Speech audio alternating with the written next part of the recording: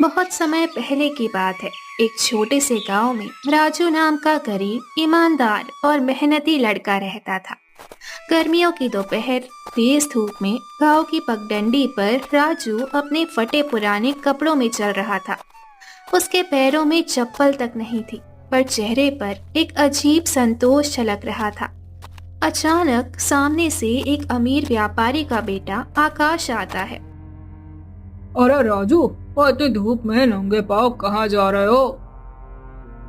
बस भटक रहा हूँ ऐसे ही जिंदगी की राहों पर। वाह, अब बड़ी बड़ी बातें करने लगे हो। मगर सच बताओ, कुछ काम धंधा मिला या अभी भी खाली हाथ घूम रहे हो? काम की तलाश में ही निकला हूँ आकाश। मेहनत करके बस पेट भरना चाहता हूँ। राजू, मेरे पिताजी को एक वफादार नौकर चाहिए। तुम मेरे घर आ जाओ, अच्छा पैसा मिलेगा। आकाश, अगर दोस्ती में मालिक नौकर का रिश्ता आ जाए तो दोस्ती बचती नहीं। आकाश को ये बात अजीब लगती है, मगर वो कुछ कहता नहीं। दोनों साथ में गांव की ओर बढ़ते हैं। अगली सुबह आकाश अपने बड़े घर के आंगन में बैठा हुआ था। तभी उसके पिता सेठ धनानंद आकर खड़े हो जाते हैं। आकाश, कल तुझे राजू के साथ देखा था, तू फिर उस गरीब के साथ घूम रहा है। पिताजी, वो मेरा सच्चा दोस्त है। सच्चा दोस्त? आकाश, अमीर गरीब में दोस्ती नहीं होती, दोस्ती बराबरी में होती है। पर पिताजी, क्या दिल की बराबरी जरूरी नहीं? बेटा, जीवन में रिश्ता पैसे से बनते हैं, भावनाओं से नहीं। देख लेना, जब जरूरत पड़ेगी तो यही गरीब दोस्त तुझे छोड़ देगा। आकाश चुप रह जाता है। उसके मन में उथल पुथल मच जाती है। शाम हो चुकी थी। शाम और आकाश गांव के चौराहे पर मिलते हैं। शाम के हाथ में एक छोटी पोटली थी जिसमें कुछ सूखी रोटियां थी। आज क्या लाया भाई? बस 2 सूखी रोटी मिली है, आज इसी से अपना पेट भरूंगा। श्याम, मुझे तुझे इस प्रकार देखकर बहुत दुख होता है, पर क्या करूं, मैं भी अपने पिता के आगे मजबूर हूं। वो गरीबों से बहुत नफरत करते हैं। आकाश, मैं भी अमीर बनना चाहता हूं, लेकिन मेहनत से, किसी के टुकड़ों पर नहीं। आकाश सोच में पड़ जाता है। तभी सेठ धनानंद के आदमी आकाश को खोजते हुए वहां आ जाते हैं। आकाश और राजू, चलो, सेठ जी ने बुलाया है। पिताजी ने तुझे क्यों बुलाया? पता नहीं, पर चलकर देखता हूँ। राजू और आकाश हवेली की ओर बढ़ते हैं, लेकिन आकाश परेशान रहता है। इसके बाद दोनों हवेली के अंदर पहुंचते हैं। हवेली के मालिक सेठ धनानंद एक बड़ी कुर्सी पर बैठे थे। राजू उनके सामने खड़ा हो जाता है। आकाश पास में खड़ा ये सब देख रहा था। तो तुम ही हो राजू, आकाश के दोस्त? जी सेठ जी। तुम्हें पता है, मेरे बेटे की दोस्ती किसी गरीब से होना हमारे परिवार की इज्जत के खिलाफ है। सेठ जी, दोस्ती दिल से होती है, दौलत से नहीं। अच्छा, तो क्या तुम साबित कर सकते हो कि तुम्हारी दोस्ती सच्ची है? पिताजी, दोस्ती कोई सौदा नहीं जो उसे साबित करना पड़े। ठीक है राजू, अगर तुम सच में एक सच्चे दोस्त हो तो मैं तुम्हें एक काम देता हूँ। कौन सा काम सेठ जी? सेठ धनानंद मुस्कुराते हैं और एक थैली आगे बढ़ाते हैं। इस थाली में 100 सोने की मोहर है, इन्हें लेकर शहर जाओ और हमारे व्यापार के लिए सामान खरीद लाओ। पिताजी, आप मेरे दोस्त की परीक्षा ले रहे हैं। आकाश, चिंता मत कर, अगर ईमानदारी से दोस्ती निभानी है तो परीक्षा से डर कैसा। राजू थैली लेता है और हवेली से बाहर निकलता है। आकाश उसे रोकना चाहता है, पर राजू मुस्कुराकर चला जाता है। सेठ धनानंद राजू को एक रहस्यमयी मुस्कान के साथ देखते हैं। इसके बाद राजू तेजी से जंगल के रास्ते से गुजर रहा होता है कि तभी अचानक 2 डाकू उसका रास्ता रोक लेते हैं। अरे रे, वो लगता है कि थैली में काफी माल लिया जा रहा है। जल्दी थैली इधर दे, वरना जान से जाएगा। राजू पूरी तरह घबरा जाता है। उसके सामने दो रास्ते थे, या तो वो थैली देकर अपनी जान बचाए या लड़कर अपनी दोस्ती की ईमानदारी बनाए रखे। अरे ओ लड़के, ओ पैसे की थाली हमें दे दे, वरना तुझे मार कर ले लेंगे। गरीब आदमी के पास इतना पैसा, लगता है कोई बड़ी चोरी की है। राजू घबराता नहीं बल्कि डट कर खड़ा हो जाता है। ये पैसा मेरा नहीं, मेरे दोस्त के पिता का है। मैं इसे किसी भी कीमत पर नहीं दूंगा। पहला डाकू राजू की तरफ जाता है, लेकिन राजू फुर्ती से पीछे हटता है और एक पत्थर उठाकर डाकू की टांग पर मारता है। इसी बीच दूसरा डाकू राजू पर वार करने ही वाला होता है कि अचानक किसी के पैरों की आवाज आती है। तभी आकाश हाथ में एक तलवार लेकर वहां पहुंचता है। राजू को छोड़ दो, वरना अंजाम बुरा होगा। डाकू दोनों को घूरते हैं, लेकिन आकाश के हाथों में तलवार देखकर घबरा जाते हैं। फिर वे वहां से भाग जाते हैं। राजू ने अभी थैली को मजबूती से पकड़ा हुआ था। तू ठीक तो है भाई? हाँ दोस्त, पर तू यहाँ कैसे आया? मुझे चिंता हो रही थी, इसीलिए तेरे पीछे पीछे चला आया। दोनों दोस्त एक दूसरे को देखकर मुस्कुराते हैं। आकाश को अब अपने पिता की बात गलत लगने लगती है। राजू, तू कितना भी गरीब क्यों ना हो, लेकिन तेरी दोस्ती अमीरों से कई ज्यादा कीमती है। इसके बाद राजू और आकाश हवेली में पहुंचते हैं और सेठ धनानंद के सामने खड़े हो जाते हैं। सेठ धनानंद गहरी नजरों से राजू को देखता है, क्योंकि उसी ने उन गुंडों को थैली लूटने के लिए भेजा था, लेकिन वो तो सोने की मोहरों की थैली सुरक्षित लेकर आ गए। राजू बिना कुछ कहे थैली उनके सामने रख देता है। सेठ धनानंद थैली खोलते हैं। सारी की सारी मोहरें सही सलामत मौजूद थी। अरे एक भी मोहर गायब नहीं। वाकई तुम एक सच्चे और ईमानदार आदमी हो। सेठ जी, मैं माफी चाहता हूँ कि आपका सामान नहीं ला पाया। कोई बात नहीं, मैं वो सामान अपने आदमियों से मंगवा लूंगा। पास में खड़ा आकाश गर्व से अपने पिता से कहता है, पिताजी, आप तो मान गए कि दोस्ती दिल से होती है, दौलत से नहीं। ठीक है राजू, तुमने ईमानदारी साबित कर दी, मगर दोस्ती केवल ईमानदारी से नहीं टिकती, उसमें भरोसा और बलिदान भी चाहिए। पिताजी, आपने पहले ही इसे कई परीक्षाओं में डाल दिया है, अब और क्या चाहिए?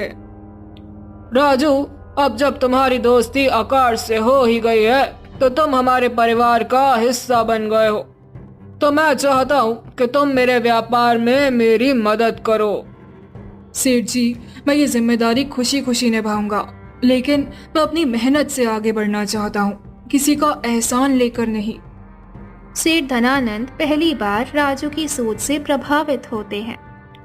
अगर तुम मेहनत से आगे बढ़ना चाहते हो तो मैं तुम्हें एक दुकान खोलने में मदद करूंगा, लेकिन आगे का रास्ता तुम्हें खुद बनाना होगा।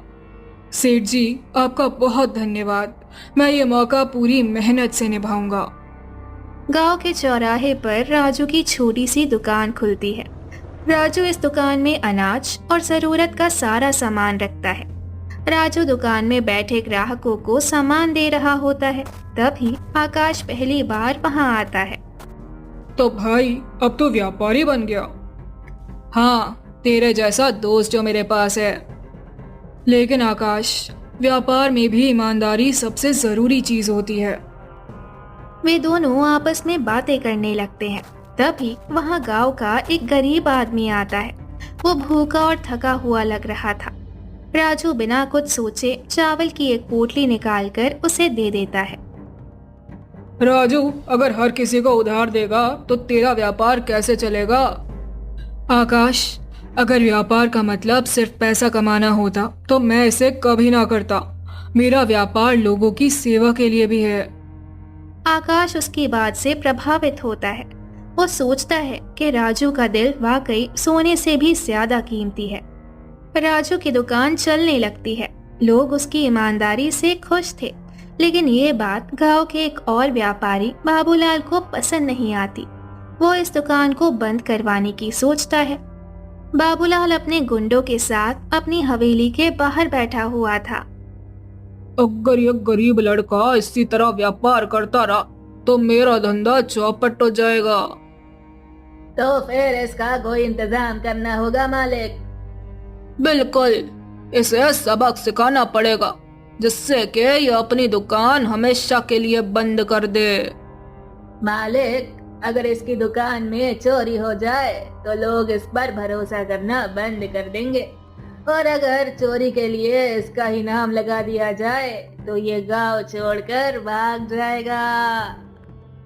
बहुत बढ़िया, आज रात ही इसे बर्बाद करने का इंतजाम करो। आधी रात का समय था, चारों ओर अंधेरा था। राजू की दुकान बंद थी। दो गुंडे धीरे धीरे दुकान के पास आते हैं और सब अनाज की बोरियां उठाकर बाबूलाल के गोदाम में छिपा देते हैं और वहां से भाग जाते हैं। अगली सुबह गांव में हड़कंप मच जाता है। लोग राजू की दुकान के सामने इकट्ठे हो जाते हैं। राजू घबराया हुआ दुकान के अंदर जाता है और देखता है कि पूरी दुकान लूटी जा चुकी है। अरे, और राजू की दुकान में चोरी हो गई है। ये सब कैसे हुआ? अब ये कैसे अपना व्यापार करेगा? तभी बाबूलाल वहां आता है, चेहरे पर नकली सहानुभूति का भाव लिए हुए। और ये तो बहुत बुरा हुआ, लेकिन कहीं ये चोरी खुद राजू ने तो नहीं की? गांव वाले चौंक जाते हैं। राजू हैरान होकर बाबूलाल की तरफ देखता है। आप ये क्या कह रहे हैं लाला जी? क्या पता, और तुमने खुद ही अपनी दुकान लुटवाई हो ताकि लोगों की सहानुभूति मिल सके। गांव वाले आपस में फुसफुसाने लगते हैं। आकाश, जो अभी अभी वहां पहुंचा था, ये सुनकर आग बबूला हो जाता है। बस करो लाला जी, तुम जैसे लोग मेहनत और ईमानदारी की कीमत नहीं समझ सकते। बाबूलाल चौंकता है। आकाश आगे बढ़ता है और गांव वालों से कहता है, सुनो गाँव वालों, अगर राजू चोर होता तो वो आप सभी के साथ भी बेईमानी करता। उसने हमेशा सबकी मदद की है, बिना किसी स्वार्थ के।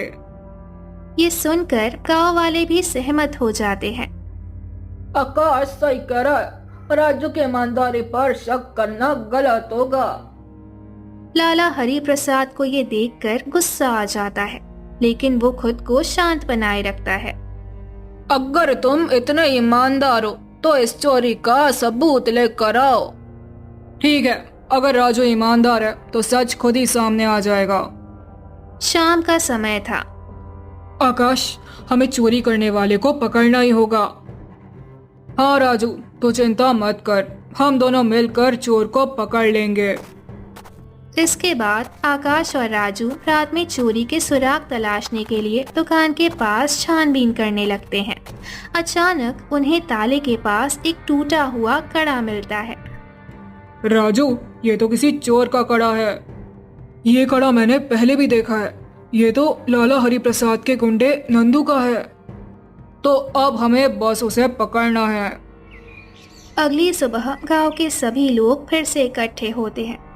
बाबूलाल आत्मविश्वास से वहां खड़ा था। तो क्या हुआ राजू, चोरी का सबूत मिला या तुमने खुद ही मान लिया कि तुम खुद ही दोषी हो? राजू बिना कुछ कहे कड़ा निकालकर सभी गांव वालों को दिखाता है। ध्यान से देखो गांव वालों, ये कड़ा नंदू का है। हाँ, राजू ठीक कह रहा है, मैंने भी ये कड़ा नंदू के हाथ में देखा था। अब बोल नंदू, देख, सच बताने में ही भलाई है। नंदू डरकर कांपने लगता है। वो सबके सामने सच उगल देता है। गांव वाले सुनकर गुस्से में आ जाते हैं। वे बाबूलाल की दुकान की तलाशी लेते हैं और वहां से सारा चोरी का सामान बरामद हो जाता है। धोखेबाज, तूने अपने लालच के लिए एक ईमानदार आदमी पे झूठा इल्जाम लगाया। सुनो, हमें ऐसे आदमी की दुकान से कभी सामान नहीं खरीदना चाहिए।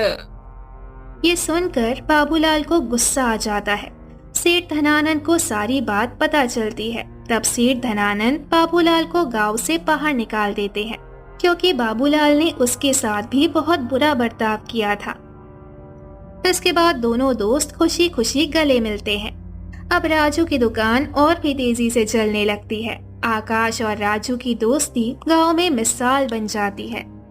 ये कहानी हमें सिखाती है, सच्ची दोस्ती धन, हैसियत या जात पात से नहीं, बल्कि दिल से होती है।